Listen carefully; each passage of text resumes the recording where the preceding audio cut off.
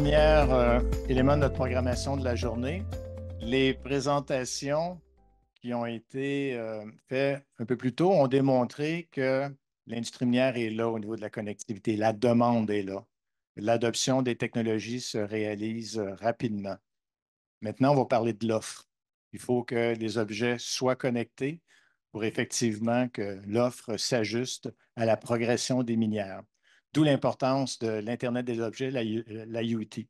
Et avec Vortex, vous l'avez bien compris, nous avons bâti une masse critique de technologies québécoises d'objets connectés et notre espoir est d'en faire une image de marque des PME innovantes de la filière minérale du Québec.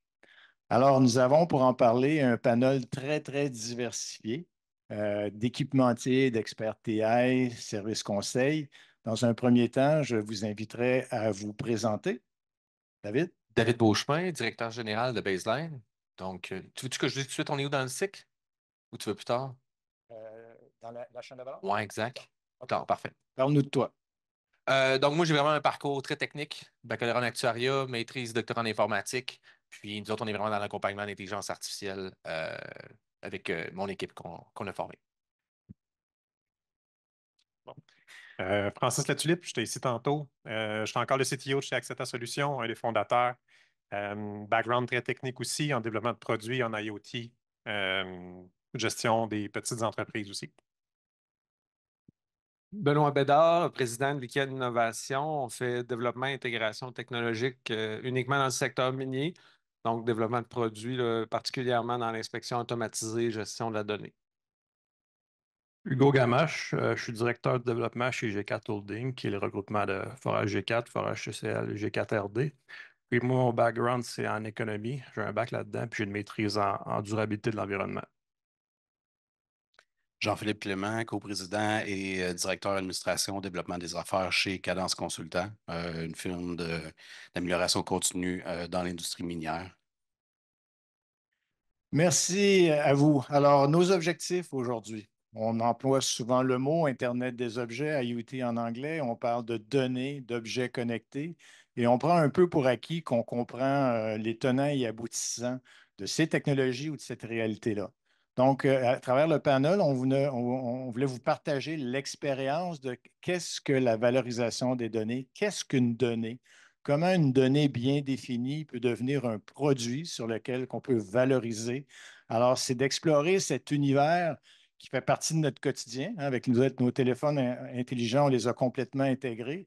Mais lorsqu'on pense à déployer des objets connectés, c'est un univers de possibilités qui s'ouvre, d'immenses opportunités sur lesquelles l'industrie minière du Québec et les PME innovantes de la filière minérale du Québec peuvent se positionner et devenir des leaders mondiaux. On est au début d'une nouvelle ère minière, une nouvelle façon d'opérer et les enjeux concurrentiels vont évoluer rapidement au cours des 2, 3, 5 prochaines années et il faut se positionner dès maintenant pour saisir cette vague-là.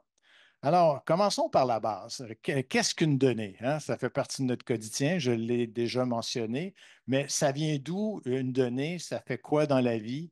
Nos panélistes ont une expérience tout à fait complémentaire sur cette donnée. Donc, commençons par la base, là, la donnée 101.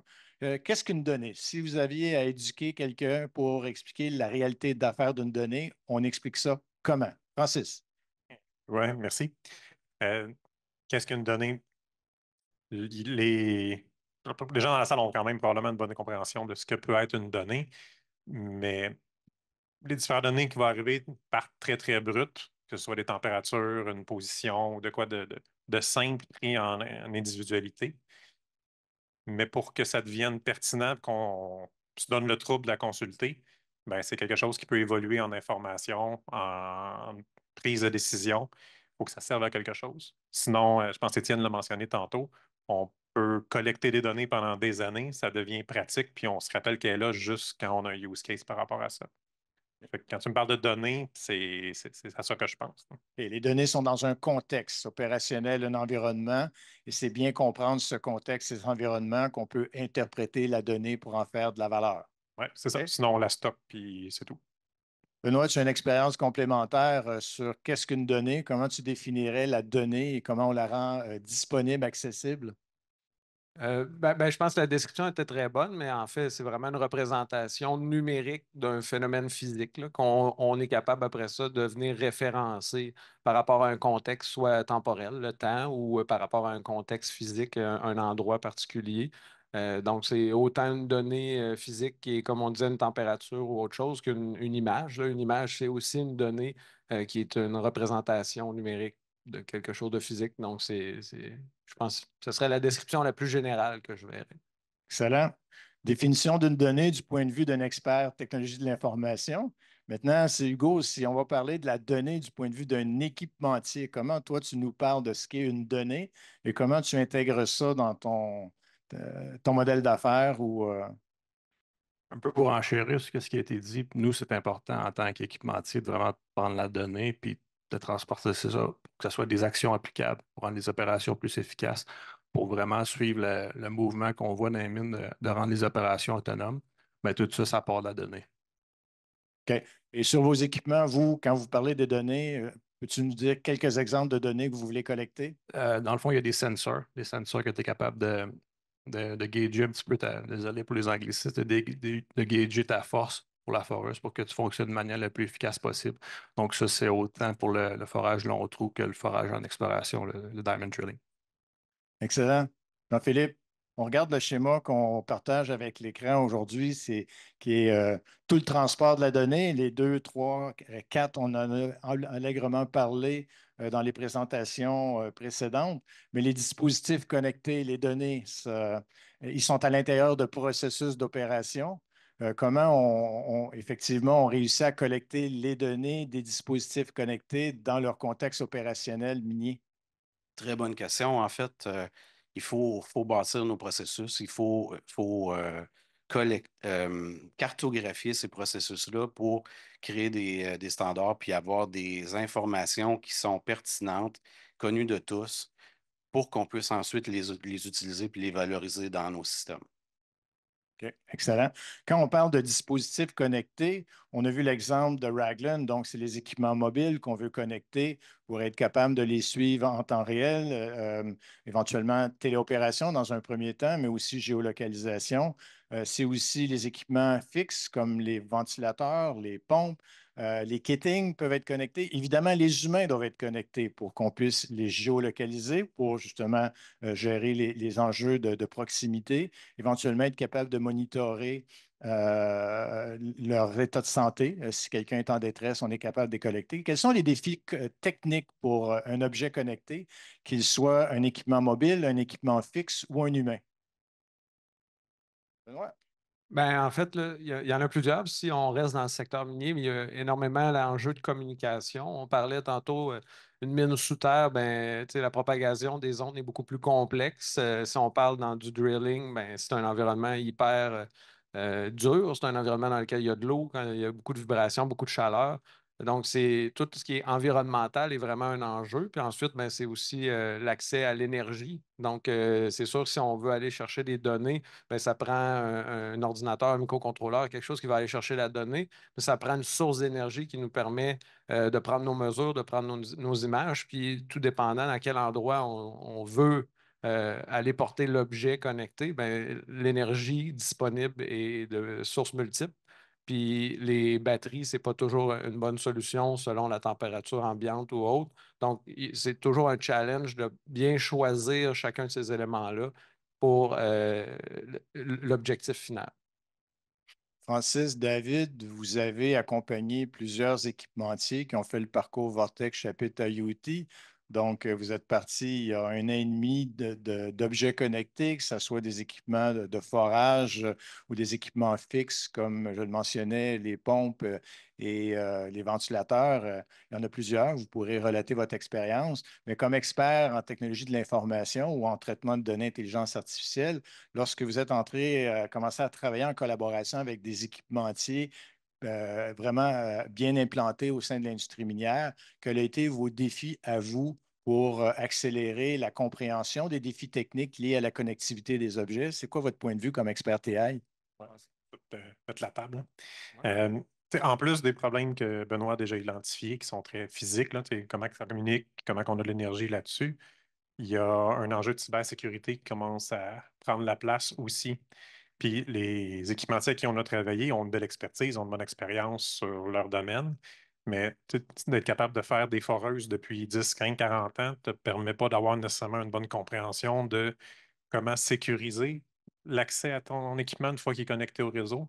Puis même une fois que tu l'as compris, d'avoir les discussions avec les stakeholders pertinents chez tes clients. Comment tu fais pour convaincre un département de cybersécurité d'une mine que ton équipement ne sera pas un problème pour eux?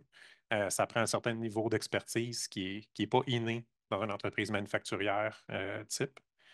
Fait que ça, c'est un des défis, puis un des modes d'éducation, puis d'amélioration continue un petit peu qui se fait chez les clients. Puis l'autre côté, l'autre challenge qui est technique, mais qui vite vient aussi dans le procédural et l'opérationnel, c'est le partage d'informations entre les systèmes puis un autre. On parlait d'Internet des objets. Un objet connecté, ce n'est pas tellement de l'interconnexion. La donnée qu'elle va générer va commencer à prendre de la valeur une fois que tu es mis de la contextualiser. Je vais prendre les termes que tu as utilisés tantôt. Pour avoir l'information de ton système, tu vas pouvoir tirer des meilleures conclusions, meilleure compréhension sur les informations des systèmes qui sont dans l'environnement des équipements. Ça revient à briser les silos d'informations, ça revient au partage de données d'un manufacturier à l'autre dans 5 domaines mines. Puis c'est là qu'une fois que tout ça s'est brisé, ben c'est là, je pense que David peut commencer à faire un peu plus de magie avec le résultat de tout ça, là. Et David, qu'est-ce que tu nous racontes pour enchérir le propos? Ouais, ben, pour continuer un petit peu là-dessus, je pense que là, on parle beaucoup de sortir la donnée, puis de l'emmener, puis de faire quelque chose dans le cloud ou peu importe, mais il y a aussi, si on a un système qui fait une prédiction, il faut qu'on ramène l'information aussi à un utilisateur à la fin pour avoir notre interface humain-machine. Ça aussi, une complexité. Est-ce qu'on le fait sur place? Est-ce qu'on le fait dans l'info nuagique? Comment on fait les mises à jour de ces systèmes-là? Ça rajoute une complexité. Puis je pense que le plus gros élément aussi, c'est qu'il y a un changement de culture. On passe d'une approche souvent où est-ce que on vend des appareils, on vend du matériel, la relation se bâtit autour d'un service, probablement par la suite de maintenance, etc. Là, je vais apporter de la valeur, peut-être à chaque minute, peut-être à chaque seconde à mon client. Donc, il faut qu'on change la manière puis de voir la donnée que c'est peut-être ça la nouvelle source, mon nouveau service que je vais offrir.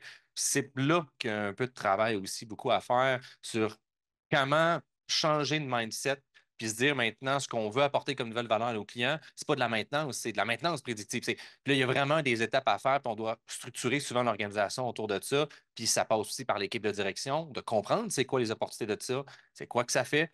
Il y a du travail à faire à ce niveau-là. Benoît, on a parlé de la relation avec les équipementiers, l'éducation, mais du côté des sociétés minières, des opérateurs miniers, lorsqu'on leur parle de technologie de l'information, quelle est la réceptivité que tu constates par rapport à l'intérêt de l'industrie, des industriels miniers par rapport aux technologies numériques, objets connectés et autres? Ben, l'intérêt est là, puis je pense que le commentaire tantôt là, de Étienne ou à la fin de la conférence de Étienne était bon, c'est-à-dire qu'il y a une réceptivité, mais faut souvent aller avec une approche problème-solution, là. Donc, si on approche avec ces technologies-là vraiment un problème concret avec une solution prête ou presque prête, les minières, ben, il y a beaucoup plus d'écoute parce que ce n'est pas à eux nécessairement de prendre le risque du développement d'une solution.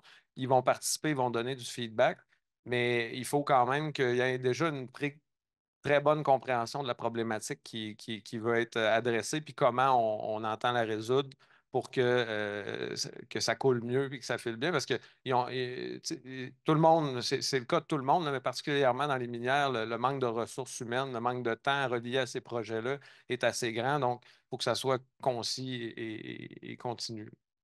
Merci. Hugo, comme équipementier, lorsque tu as des bébites TI qui cognent à ta porte pour faire valoir leur technologie, comment tu reçois ça et quel niveau? Ben, nous, comment qu'on le voit, le projet sur lequel on travaille, l'automatisation des tiges de forage, il y a les risques hardware puis les risques software.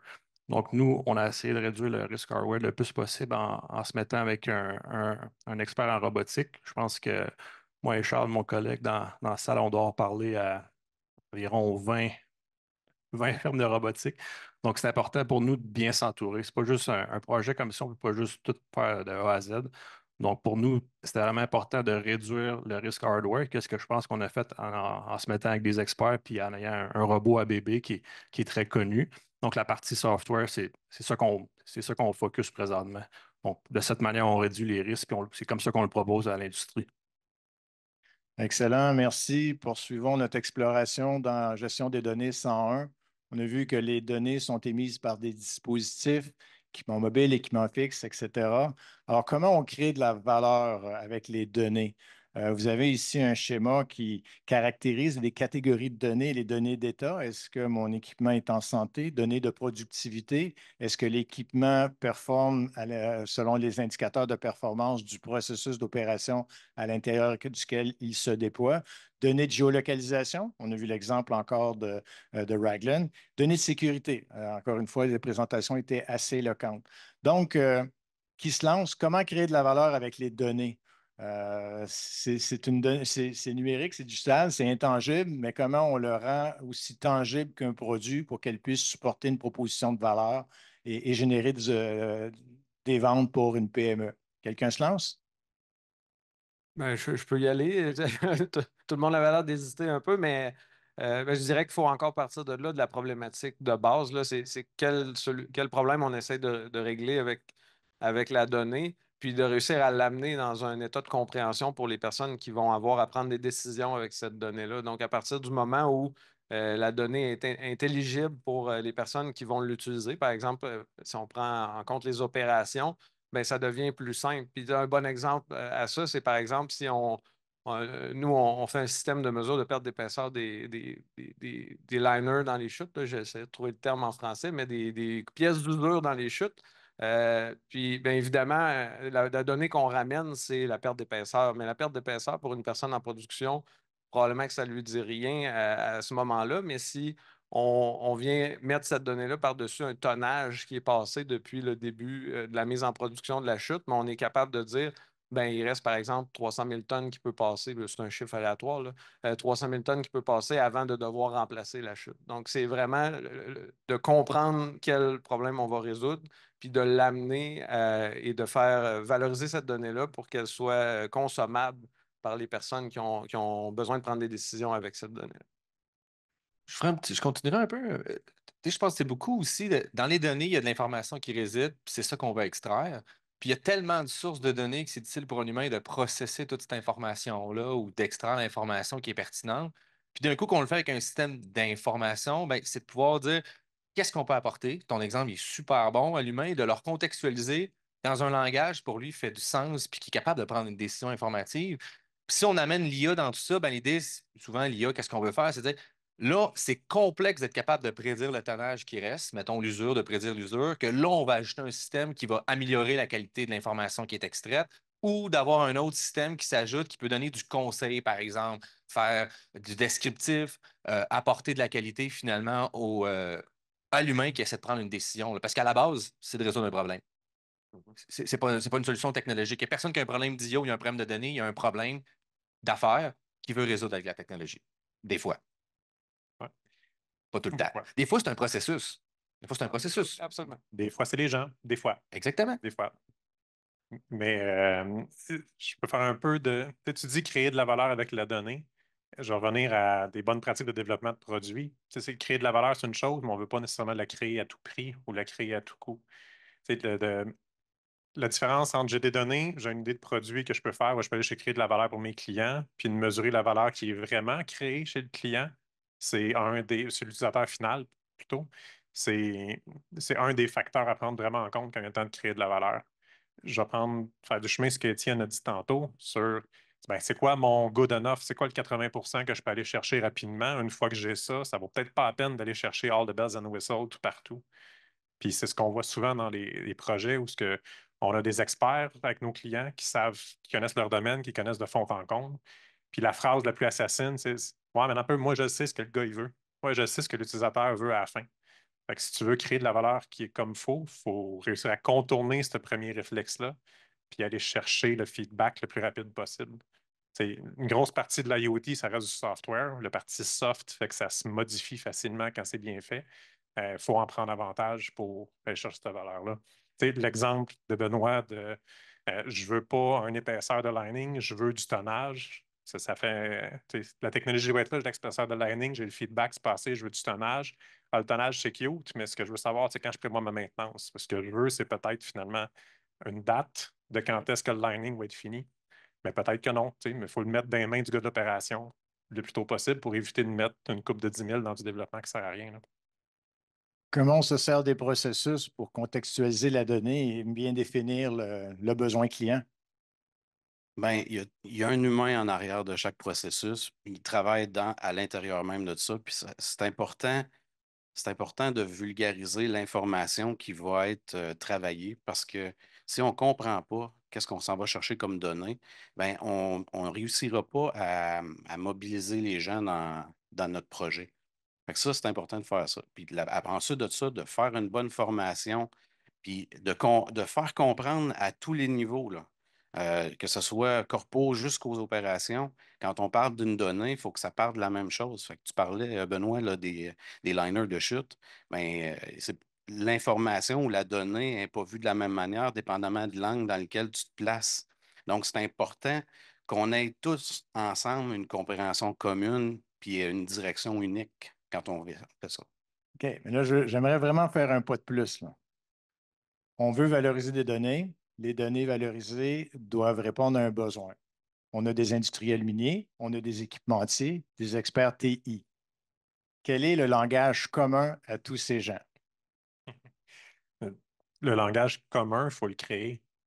Puis le langage qu'on devrait utiliser, c'est le langage, Jean-Philippe l'a dit, sur l'utilisateur final, qu'est-ce que lui a dans les mains au jour le jour. Si ça s'appelle une pomme, on va appeler ça une pomme jusqu'à temps que tout le monde soit au courant. Si le développeur logiciel, lui, il appelait ça un Apple parce qu'il a mieux parlé en anglais, ben, c'est à lui à s'adapter. C'est le domaine d'affaires qui doit gagner parce que ça fait des années qu'ils ont cette compréhension-là, là. Quel est le langage commun à nos parties prenantes? L'argent? Excusez. Je vais vous aider. Je vais vous aider. C'est la cartographie de processus minier qu'on a faite avec MISA. Là, je la plug là, parce que le mind map est un produit qui a pris 1 an et demi à développer. Mais après ça, vous êtes capable d'aller plugger les données aux bons endroits avec les bons indicateurs. Donc, on a ça comme produit qui est unique puis qui rassemble, qui fédère toute l'industrie minière.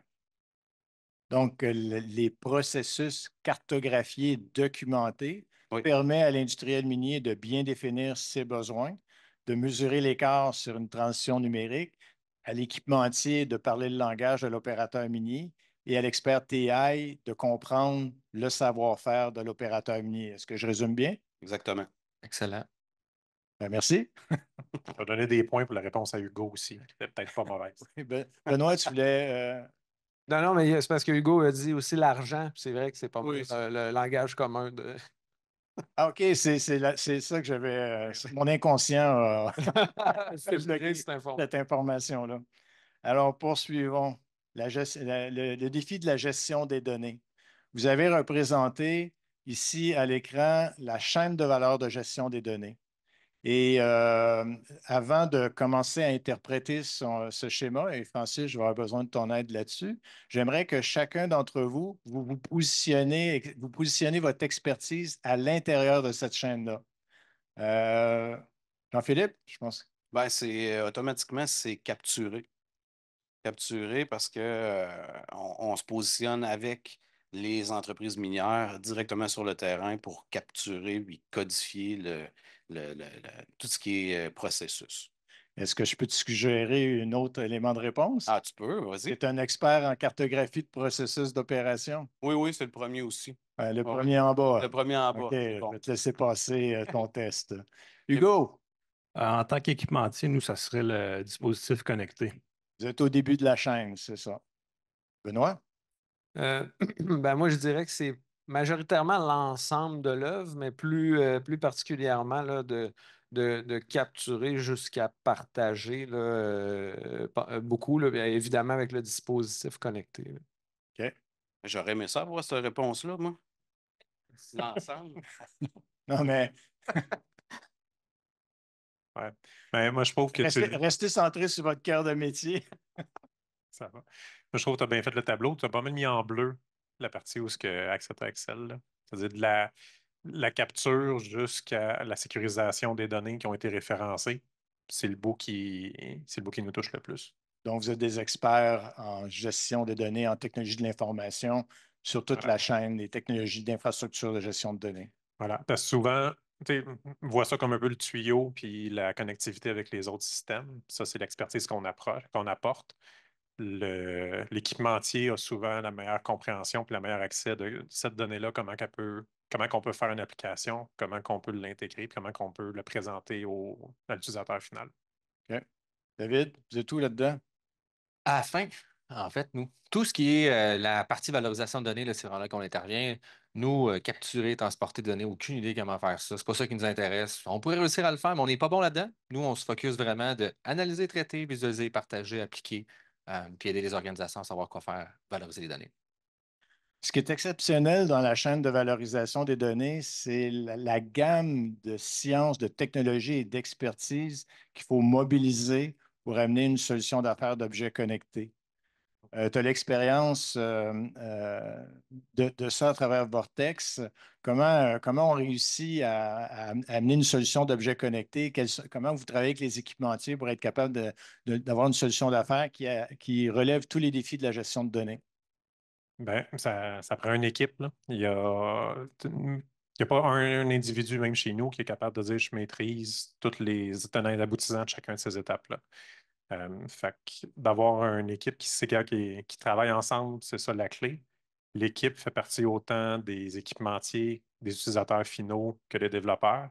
Fait que la clé du succès vient d'avoir l'organisation de ce travail-là, puis la collaboration de tous les gens impliqués. OK. C'est Benoît, parle-nous de ton expérience avec le projet en cours Vortex IoT sur ton affaire référence, l'usure des pièces, par rapport aux expertises et aux technologies requises pour amener une solution viable. C'est quoi votre expérience comme intégrateur? Je suis pas certain de comprendre exactement la question dans ce contexte-là, mais on a couvert quand même là, beaucoup de tous ces aspects-là. Puis on n'est pas, oui, il y a l'équipe, puis ça, absolument, mais il y a aussi l'écosystème requis pour réussir, de partenaires pour réussir à mener à bien tout ça. Parce qu'il y a beaucoup de défis. On est sur le site minier, on doit avoir les accès aussi. Après ça, c'est de collaborer avec les équipes TI en place aussi pour la mise en place du système. Puis de valider chacune de ces cases-là, une après l'autre, pour s'assurer qu'on vient vraiment régler le problème à la fin puis amener de la valeur, là. Donc, ça serait ma réponse. Excellente réponse. Valider toutes les cases. Hugo, si tu avais à faire du pouce sur le dernier commentaire de Benoît, tu es en haut à gauche, mais si ton objet connecté, un équipement de forage, valorise des données, il doit amener des solutions d'affaires qu'on voit en bas. Comment vous gérez ça à l'interne? Ben, je trouve que c'est un grand avantage qu'on a eu de travailler avec vous, avec Vortex. Tu sais, on était capable d'aller voir nos clients potentiels, de proposer un projet, puis se faire dire si ça avait de l'allure ou pas. Tu sais, nous, ça ne tentait pas de mettre des ressources importantes, puis finalement que ça mène à rien. Donc ça a vraiment été un gros avantage de travailler avec vous. Puis aussi, ben, comme j'ai dit tantôt, c'est important de bien s'entourer. Il ne faut pas avoir peur de cogner aux portes, là. Il y a toujours un expert à quelque part. Donc, vraiment, c'est important de bien s'entourer, là.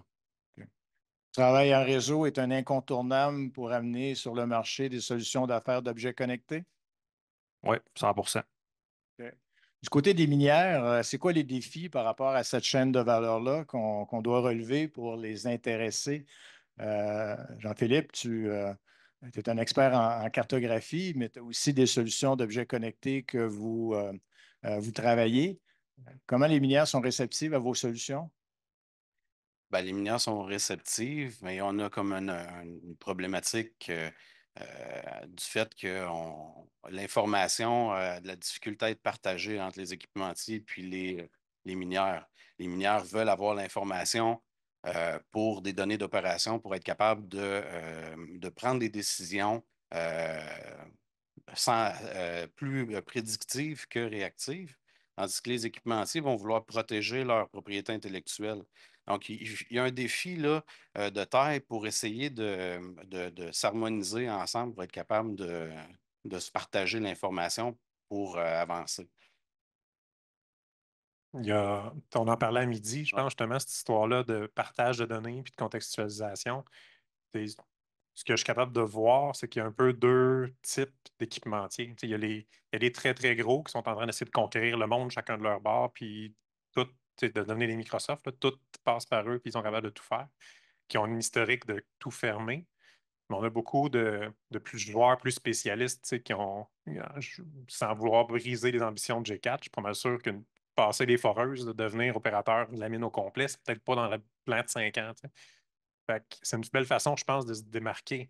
C'est-à-dire que d'être plus ouvert que les grands joueurs pour aller créer de la valeur avec plusieurs partenaires ou plusieurs joueurs plus spécialisés devrait être c'est une opportunité que je pense le Québec, puis Misa est bien placé pour jouer ce game-là, pour mailler ces gens-là, c'est mailler ces expertises-là pour aller chercher plus de valeur.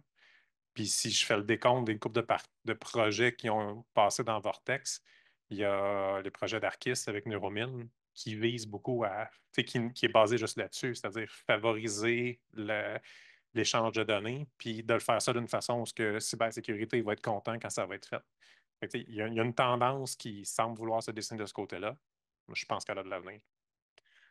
Hugo, quelle est la réceptivité des sociétés minières face à des solutions de PME innovantes de la filière minérale du Québec, d'objets connectés? Je te dirais, c'est un travail en cours. Souvent, ça passe bien avec les opérateurs, mais où est-ce que ça bug, des fois, c'est quand ça sera au procurement. Donc, d'un sens, l'industrie elle pousse pour l'innovation, mais le fichier Excel, il faut quand même passer au travers du fichier Excel. C'est ça la réalité qu'on vit en toute franchise. On a des grands joueurs, Epiroc, Sandvik, etc., qui de plus en plus avancent avec des solutions, ils appellent ça holistiques. Est-ce qu'il y a une place pour les PME innovantes, nos équipementiers intégrateurs du Québec sur le marché de l'IoT? Comment vous voyez ça? Moi, je vais donner mon opinion, vous 30 secondes. Là. Justement, que oui, il y a une place, mais la place, c'est pas d'aller add-on contre ces grands joueurs-là. C'est de jouer ses spécialités, puis sur les spécificités, puis sur l'ouverture avec le reste de l'industrie. Je pense que c'est un facteur clé qui permet de se différencier des plus grands. Là. Benoît? Effectivement, puis je commence même, en tout cas, c'est pas tous les joueurs, mais je commence à avoir une tendance inverse aussi de gros joueurs à commencer à s'ouvrir parce qu'ils voient que ça peut devenir un peu problématique. Les minières, celles avec qui on a travaillé jusqu'à maintenant, démontrent quand même un désir d'autonomie avec leurs données, donc d'avoir le contrôle sur leurs propres données parce qu'elles ont des équipes qui vont commencer à travailler avec ces données-là à l'interne puis d'avoir des manufacturiers d'équipements ou des gros joueurs qui gardent ces données-là à l'interne pour eux ou rendent plus difficile l'accès aux données, au traitement de la donnée, bien, ça devient un frein même pour les futurs achats ou ces choses-là. Donc, il y a un petit changement de cap à ce niveau-là aussi. Puis ça donne une opportunité là, de se joindre dans cet écosystème-là. J'ajouterais aussi, là, tu sais, je pense qu'aussi un des enjeux qu'on voit, c'est que souvent les gros joueurs essaient de faire des one size fit all parce que c'est donc bien le fun, là, ça coûte moins cher, puis tout le monde est capable de l'acheter. Mais des one size fit all, ça ne fait pas à personne finalement. En bout de ligne. Puis là, ben, finalement, ce qu'on voit, c'est que tout le monde va être propriétaire de la donnée pour pouvoir personnaliser, puis dire, ben, moi, mes processus sont comme ça, mes logiciels, c'est comme ça, etc. Puis ben là, c'est là que souvent que c'est plus difficile d'aboutir là. Puis là, c'est là que je pense qu'il y a vraiment une opportunité de pouvoir se démarquer puis de dire ben nous, on peut t'aider à aller chercher cet extra step-là qui manque. Je vais donner un bon exemple. Copilot, tout le monde à peu près a utilisé ça, c'est bien cool, mais tout le monde veut l'avoir personnalisé. Ben, pour se rendre à une personnalisation, c'est pas Microsoft qui va vous le faire. Microsoft n'a pas les moyens, pas les moyens, mais n'a pas l'équipe en place pour pouvoir vous offrir ça. Donc, ça va être d'autres joueurs qui vont être capables de se mettre dans la scène puis pouvoir offrir cette personnalisation-là. Donc, c'est par là où moi, je pense que ça passe des personnalités. Collaboration, personnalisation, puis de comprendre le marché qui peut être plus difficile qu'un one size fit all. Je vais revenir sur ce que Benoît disait sur tu commences à voir les joueurs qui rouvrent un peu leurs données un peu plus. Si on se met dans la peau des grands fabricants, comme je dis, l'approche de je vais conquérir le monde malgré mes compétiteurs, et là, à un moment donné, tu commences à avoir des leaders qui sont proches de leur but, puis tu as des joueurs 3, 4 qui voient qu'ils n'y arriveront pas ou qu'ils changent leur priorité. Fait que la stratégie d'ouvrir un peu plus puis de créer un marketplace, créer une plateforme pour attirer des joueurs vers leur système en place, c'est une façon intéressante pour eux de rattraper la compétition ou d'aller se mettre plus loin dans l'écosystème sans assumer les frais de développement chacun pour eux. Fait ça se voit ailleurs. Tu n'es pas en train de gagner à la course, tu changes les règles du jeu. Ben, tu parlais des opportunités pour les plus petits joueurs. S'il y a déjà des solutions connectées ou des équipements qui sont là, qui sont capables de prendre cette curve-là puis de participer à cet écosystème-là sans développer le système au complet, ben, c'est une autre possibilité, une autre stratégie qui est gagnante pour tous les joueurs impliqués, là. Hugo, tu travailles sur un équipement connecté. Pour toi, la propriété des données, ça veut dire quoi et comment tu vois ça? Je te dirais que la propriété des données, pour nous, c'est important de s'en servir, puis vraiment d'aller optimiser nos opérations avec ça. Mais pour ça, ça prend une certaine expertise. Puis je pense que ça, c'est un facteur à considérer pour une PME. Donc, nous, je me vois un petit peu dans le futur, la main-d'œuvre pour nous, est-ce que ça va être plus de techniciens, moins de foreurs? Tu sais, c'est des discussions qu'on a à l'interne. Puis je pense que ça s'enligne un petit peu vers ça, là. Et comment tes clients réagissent, tes clients miniers ou d'exploration, lorsque tu leur parles de ton projet d'objets connectés? C'est quoi leur inquiétude ou leur première question lorsqu'ils parlent des données émises et la propriété de ces données-là? Comment le marché réagit à ça? Ben, souvent, avec nos clients potentiels qu'on a parlé, il y a un bon feedback, mais je pense que de notre côté, ça va vraiment se développer lorsqu'on va avoir prouvé que la technologie fonctionne. Dans le monde minier, tu sais, j'aime pas ça dire ça, là, mais tout le monde veut être deuxième, personne veut être premier. Donc, une fois que ça c'est prouvé, ben, je pense qu'on va avoir fait nos preuves d'une certaine manière, puis après ça, ça va débouler, là. Francis? Mais c'est pas toutes les données qui sont créées égales non plus. OK. Ce que je veux dire par là, c'est que, je vais prendre l'exemple, j'extrapole un peu, on n'a pas travaillé ensemble, mais je pense que ça va s'appliquer. Les données qui sont disponibles sur la foreuse ont un intérêt différent pour les stakeholders différemment. C'est de connaître les données plus d'engineering, de température de l'huile, de quantité de power d'utiliser ou le nombre de mètres forés, ben, ce pas les mêmes gens qui sont intéressés par cette donnée-là. Fait que de partager le nombre de mètres forés ou les timesheets des opérateurs avec les minières, il y a un craving puis il y a un use case en arrière de ça. Par contre, de partager, je vais prendre l'exemple de la température de l'huile, je pense que c'est pas très compromettant. Ben, ça n'a aucune valeur pour la minière nécessairement. Mais si tu veux t'assurer d'optimiser ton engineering de tes équipements à toi, c'est de l'information qui est pertinente à avoir. Puis des discussions qu'on a avec les gens dans l'industrie, c'est j'ai zéro problème à laisser sortir de l'information vers mes équipementiers si ça me donne de la valeur après. Fait que de partager le nombre de mètres forés que tu aurais eu de toute façon, tant que moi j'y ai accès, en tant que minière, je suis content. Si tu veux avoir ta température de l'huile, ben, je veux savoir que tu l'as pour comprendre et être capable de défendre le setup que j'ai fait, mais je n'ai pas besoin de l'avoir dans mon système, je n'ai pas besoin de le tracker. Fait que de savoir qu'elle existe sans voir les valeurs, c'est ce que nous, on perçoit dans l'industrie, là. OK. Donc, il y a une ouverture au partage des données, c'est ce que tu me dis, en Oui, autant qu'il y a un bénéfice. Le What's in it for me? ben, c'est nuancé partage de données puis le free-for-all. C'est pas parce que j'ai des données partagées que je te donne les clés de la maison chez nous. Il faut juste que ce soit fait de façon constructive, là. Et comment on gère la sécurité dans cette. Mhm. Mais la sécurité passe par la transparence, puis par justement être capable d'appliquer cette sécurité-là, mais surtout être capable de démontrer comment elle a été appliquée, puis que les gens de cybersécurité voient cette information-là. Je vais revenir avec l'exemple de Vortex. Tu sais, il y a un projet, le projet Connex, qui est dédié à ce genre de use case-là. C'est parce qu'il y a quelqu'un qui veut un marché ailleurs, puis c'est pas juste moi qui l'invente, là. David, expert en intelligence artificielle, pour toi, l'accès aux données est le nerf de la guerre. C'est là où tu t'éclates. Comment tu perçois l'industrie? Quels sont les défis de l'industrie minière par rapport au partage des données et l'accès aux données?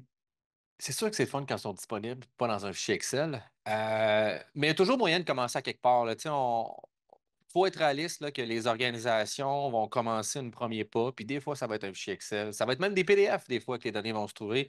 Puis il faut juste trouver des moyens de pouvoir fonctionner dans un environnement où est-ce qu'il y a des systèmes legacy, il y a la cybersécurité en place, il y a de la gouvernance, il y a beaucoup de choses. On ne peut pas s'imaginer dans un monde, on n'est plus à l'université. Tu sais, c'était bien le fun quand on était à l'université, que tout est parfait. Le monde réel, c'est pas ça pantoute.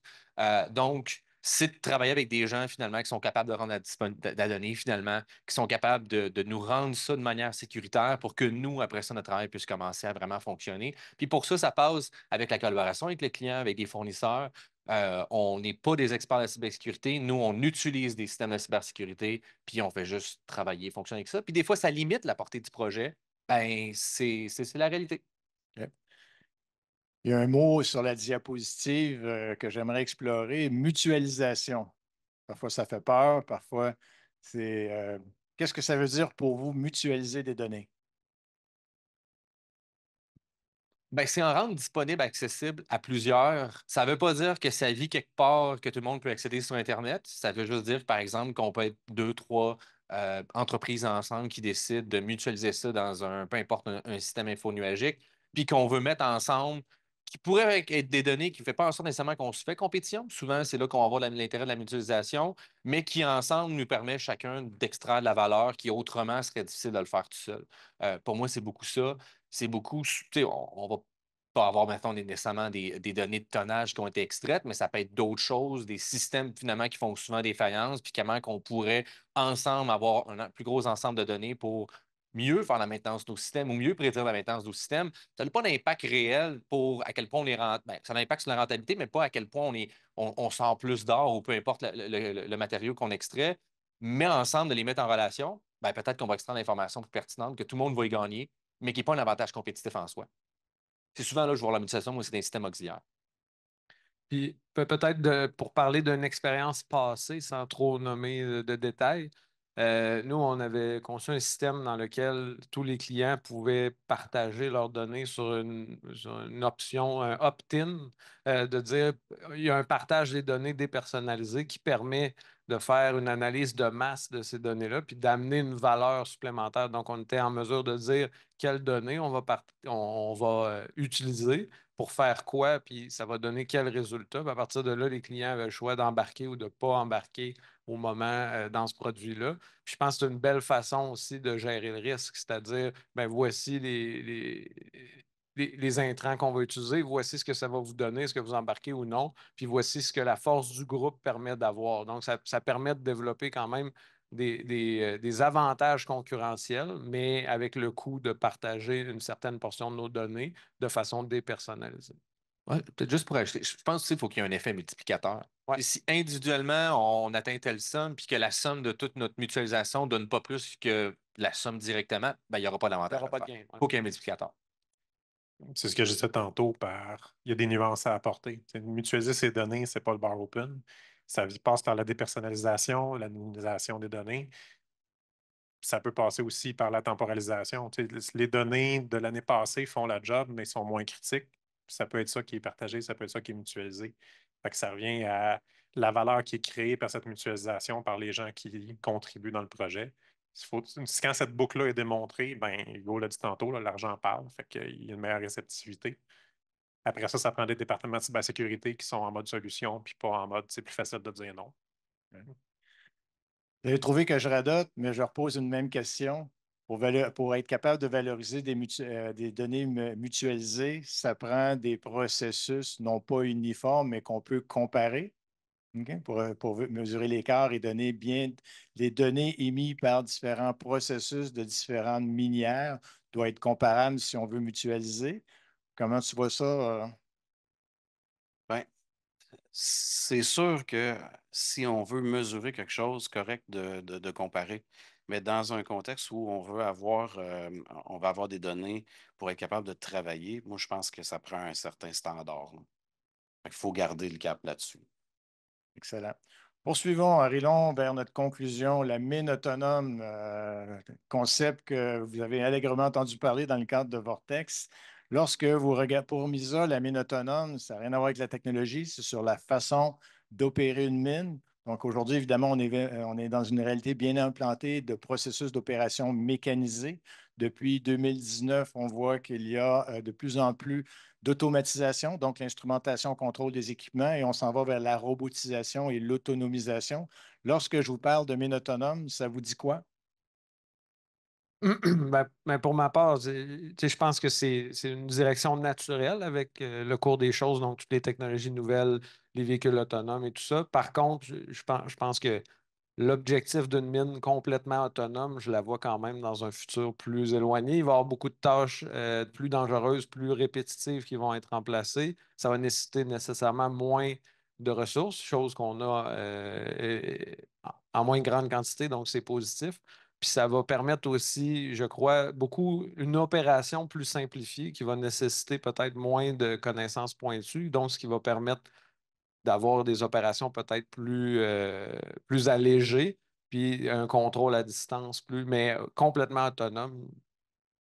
Je ne le vois pas encore totalement pour l'instant. Juste pour faire un petit peu de pouce sur ce que tu dis, là, c'est sûr qu'il y a des processus qui vont être un peu plus durs à autonomiser, donc qui vont rester essentiellement plus soft, donc il va y avoir de l'humain qui va rester en arrière de ça, puis on n'aura pas le choix d'avoir une part de semi-mécanisé, semi-automatisé, puis éventuellement de l'autonomisation pour ce qui est vraiment qui ajoute de la valeur au processus ou qui enlève du risque là, dans nos opérations. Ouais. Je fais référence à une couple de projets qu'on a fait cette année. Puis, pour avoir une mine autonome, il y a une grosse partie de la déportation des opérations qui peut être faite, notamment en surface. Mais les techniques, puis les stratégies, puis les modes d'opération pour se rendre là se transposent à déporter des services ailleurs qu'à 1 kilomètre sous terre aussi. Je reviens avec des exemples concrets de Vortex que l'Éthologique, ce qu'Abitibi Géophysique met en place, qui permet de simplifier l'étape de collecte de données un peu partout pour centraliser l'expertise après. Cette opération à distance-là permet de se rapprocher de l'autonomisation des mines, mais permet aussi des belles opportunités d'affaires. Au lieu d'envoyer mon expert en Afrique pendant une semaine, je suis capable de se faire 4 projets pendant qu'il reste au bureau ici. Ça crée des opportunités intéressantes pour les entreprises qui embarquent dans le wagon. Le downside de ça, ben, c'est qu'à l'international aussi, il y a des gens qui peuvent prendre ce virage-là puis venir opérer ici dans notre terrain de jeu, là. OK. Donc, l'implantation progressive de l'autonomisation des processus amène une externalisation du contrôle des processus. Fait que l'enjeu, c'est nous qui contrôlons nos opérations minières ici et d'ailleurs, ou c'est ailleurs qui contrôle les opérations d'ailleurs et d'ici. C'est ce que tu es en train de me dire? Ben, je dis qu'on ne veut pas ça, mais oui, c'est ce que j'ai dit. OK. Êtes-vous d'accord avec cette lecture-là? Ouais. C'est long, hein? Commentaire? Ça va, ça va. Ça va? C'est là qu'on voit à quel point la UT, qui est le début de la chaîne, ouvre un nouveau monde avec des enjeux concurrentiels qui vont se redéfinir comme équipementier. Comment tu vois ça? Est-ce que tu te vois opérer des équipements à l'autre bout du monde avec tes objets de plus en plus, tes équipements de plus en plus connectés?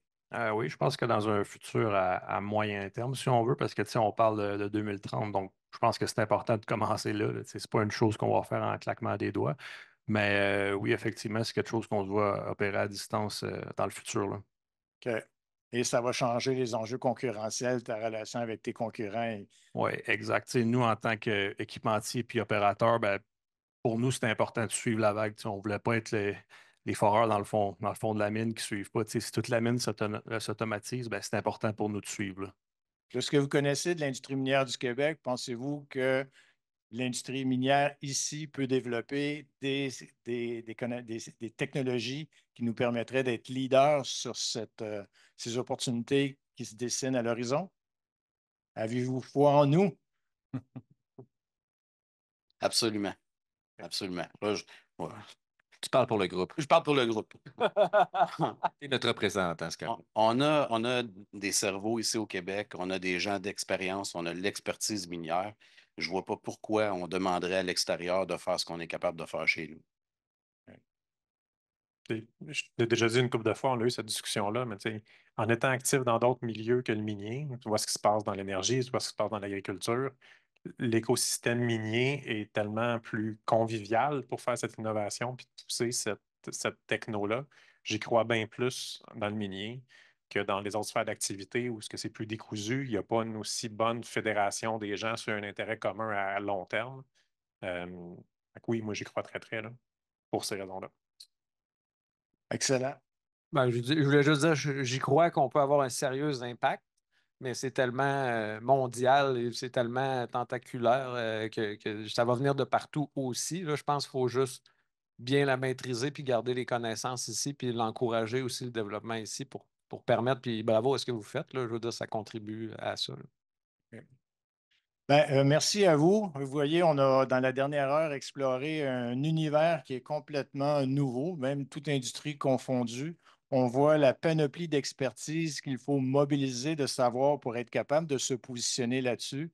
C'est un monde qui, le coup de départ vient de se donner et la mine autonome, si je peux me permettre une sortie éditoriale, va se réaliser dans les 10-15 prochaines années. Et pourquoi pas que la première mine autonome au monde se déroule au Québec? Et les technologies québécoises qui auront permis de faire ça vont s'exporter après tout le monde, partout dans le monde. C'est l'ambition qu'on espère que nous partageons, d'où l'importance stratégique du concept de mine autonome.